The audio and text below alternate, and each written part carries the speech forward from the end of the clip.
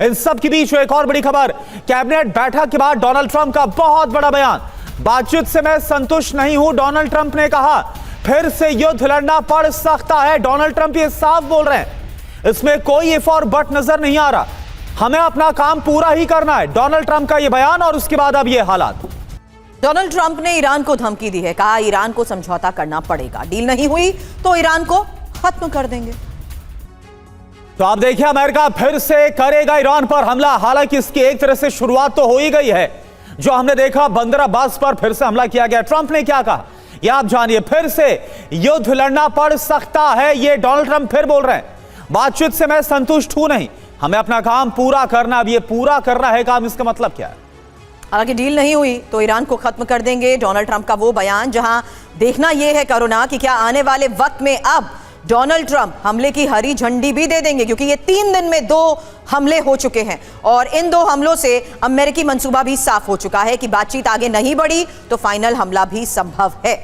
बिल्कुल, इसके अलावा ईरान यूरेनियम पर कब्जा कर सकता है, अमेरिका यह भी क्लियर कट कहा गया। मेजर जनरल अश्विनी श्रीवास्तव, एक बात बताइए, यहां पर एक बहुत ही बड़ी बात कही गई है। एक तो कि जो बातचीत हुई इससे मैं संतुष्ट नहीं हूं, दूसरी बड़ी बात यहां पर आ रही है कि हम ये जो काम है पूरा करके रहेंगे। और इस सब के बीच ईरान की तरफ से जवाबी हमला, यानी अगर डोनाल्ड ट्रंप धमकियां दे रहे हैं तो दूसरी तरफ ईरान भी झुकने के लिए तैयार नहीं है। और जो कुवैत में हमला किया गया उससे साफ है। हाँ बिल्कुल, देखो करुणा, अगर आप राउंड नंबर 1 देखें तो ये तो नहीं कह सकते कि अमेरिका की जीत हुई। अमेरिका एक प्रकार दलदल में फंस गया था और बड़ी मुश्किल से निकला था और सीज फायर हुई थी।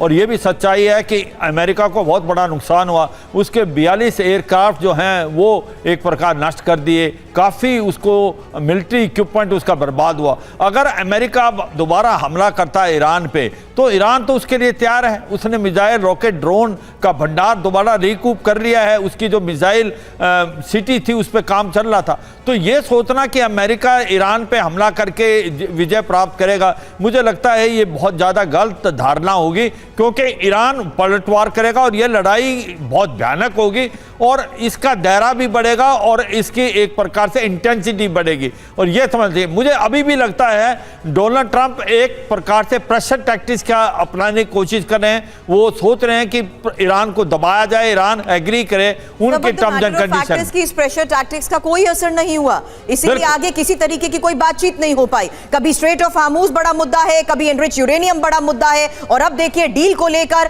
प्रस्ताव को लेकर कोई भी पक्ष संतुष्ट नहीं है। ऐसे में आज एक और बड़ी खबर है सर, ईरान के बाद अब ट्रंप के टारगेट पर ओमान, और ओमान को भी हमलों से उड़ा देंगे। डोनाल्ड ट्रंप का यह बयान, ट्रंप ने ओमान पर हमले की अब धमकी दी है और ओमान को अपनी हद में रहना होगा। स्ट्रेट ऑफ हार्मूज में रुकावट पैदा ना करे ओमान।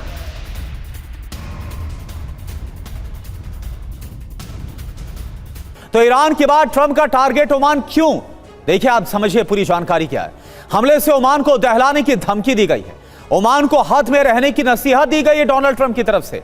ईरान ओमान की साझेदारी से डोनाल्ड ट्रंप बहुत ज्यादा खफा है। ईरान ओमान के बीच होर्मुज साझेदारी का प्रस्ताव है। होर्मुज स्ट्रेट में जहाजों की आवाजाही पर साझेदारी, यानी कि कैसे जहाज को गुजारना है, इसको लेकर रणनीति बनाई जा रही है ईरान ओमान के बीच में। ईरान के साथ ओमान के बहुत ही अच्छे संबंध है और इससे बिल्कुल भी खुश नहीं है, बहुत खफा है सुरभि डोनाल्ड ट्रंप। और इसके बाद यह धमकी। अब भारद्वाज सर वही बात, ब्लॉकेड ओवर ब्लॉकेड भी कितने महीने रहा, बावजूद उसके आप देखिए क्या किसी तरीके की अमेरिका की प्रेशर टैक्टिक्स का कोई असर हुआ? क्या ईरान को वो मना पाए डोनाल्ड ट्रंप, जो डील के लिए बहुत जाने जाते हैं? वहीं अब देखिए स्ट्रेट ऑफ हार्मूज के इसी स्टेटस को देखते हुए आज वो सीधा ओमान को टारगेट करने का भी दावा कर रहे हैं।